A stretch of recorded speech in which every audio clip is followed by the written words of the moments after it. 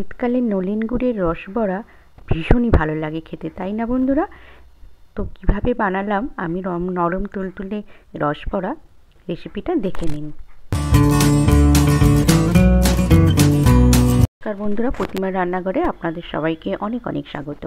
আমি রসবড়া বানানোর জন্য আমি 1 কাপ গোটা বিউলির ডাল ওভারনাইট ভিজিয়ে রেখেছিলাম, ভালো করে ধুয়ে জল ঝরিয়ে রেখেছি। এবারে আমি পেস্ট বানিয়ে নেব। এখন আমি গোটা বিউলির ডাল নিয়েছি, ভাঙা বিউলির ডাল দিয়েও হবে। আমি পেস্ট বানিয়ে নিয়েছি, দেখুন একদম মিহি পেস্ট বানিয়ে নিতে হবে। এবারে আমি 1 কাপ নিয়েছি গোবিন্দভোগ চালের গুঁড়ো। আমি গোবিন্দভোগ চালটা ভালো করে বেছে নিয়ে টাওয়াল দিয়ে ভালো করে মুছে আমি গুঁড়ো করে নিয়েছি, মিহি করে গুঁড়ো করে ছেঁকে নিয়েছি। 1 কাপ হয়েছে, তো আমি 1 কাপ দিয়ে দিলাম। আর অল্প একটু নুন দিলাম। যে কোনো মিষ্টি জিনিসে একটু নুন দিলে তার স্বাদই বেড়ে যায়। তো দেখো আমি অল্প একটু ডালে পেস্ট করার সময় জল দিয়েছিলাম, তারপরে আর জল আমি দিইনি। এবারে আমি দিচ্ছি শুকনো খোলায় ভেজে রাখা মৌরি গুঁড়ো দিয়ে দিলাম। অল্প করে একটু জল দিলাম, বেশি টাইট লাগছে তাই অল্প আর একটু জল দিয়ে দিলাম। 3 চামচের মতন, 4 চামচের 3 চামচের মতন একটু জল দিয়ে আমি ফেটিয়ে নেব। বেশ ফেটানোটা বেশ ভালো করে ফেটিয়ে নিতে হবে, কারণ বেশ সফট হয়ে আসবে। একটু বাটিতে জল নিয়ে আমি দেখলাম যে ভাসছে, অল্প একটু দিয়ে দেখলাম জলের উপর ভাসছে। যদি ডুবে যেত তাহলে নিচে বসে যেত, তাহলে ব্যাটারটা আরও ফেটাতে হতো।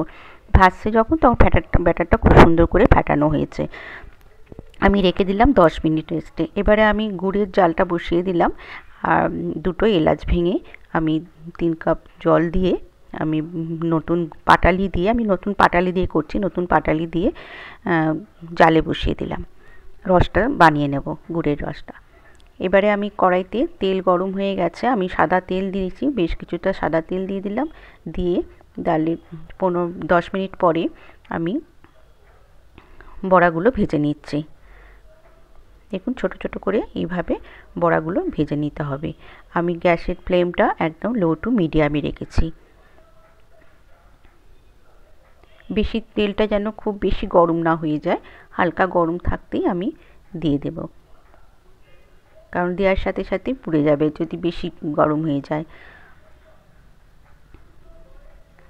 এবারে হালকা হাতে আমি উল্টে পাল্টে ভেজে নেব। খেতে ভীষণই ভালো হয় বন্ধুরা, এইভাবে একবার ট্রাই করে দেখো, ভীষণই ভালো লাগবে খেতে। আর শীতকালে নতুন গুড় দিয়ে তো ভীষণই ভালো লাগে। চিনির রস দিয়েও করা যায়, কিন্তু নতুন গুড়ের দিয়ে করলে তার স্বাদই আলাদা হয়। এক হলে আমি তুলে নিলাম, এবারে আবারও আমি দিয়ে দিলাম।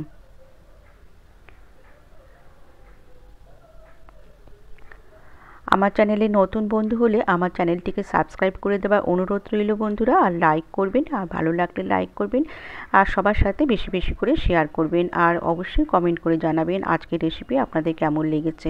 দেখুন আমার সব ভাজা হয়ে গেছে। এবারে আমি যে গুড়ের জালটা বসিয়েছিলাম, আমি এবারে দেখব কীরকম মেল্ট হয়ে গেছে কি না। দেখুন একদম পাটালিগুলো মেল্ট হয়ে গিয়ে ভালো মতন ফুটছে। এবারে আমি এর মধ্যে দিয়ে দেব বড়াগুলো, দিয়ে আমি ঢাকা দেব, মিডিয়াম ফ্লেমে ঢাকা দিয়ে 5 মিনিট ফুটতে দেব। এইভাবে আমি 5 মিনিট ফুটতে দেব, ঢাকা দিয়ে দিলাম। 5 মিনিট পরে ঢাকা খুলে দেখুন কি বড় বড় হয়ে গেছে বড়াগুলো, আর রসও ঢুকে গেছে। এবারে আমি গ্যাস বন্ধ করে দিলাম, দিয়ে আমি 15 থেকে 20 মিনিট আমি রেখে দেবো, তবে একটা বলে সার্ভ করে দেখাচ্ছি। দেখুন কত সুন্দর হয়েছে, খেতে হয়েছিল অসাধারণ বন্ধুরা। এইভাবে অবশ্যই ট্রাই করুন। আজকের মতন টাটা।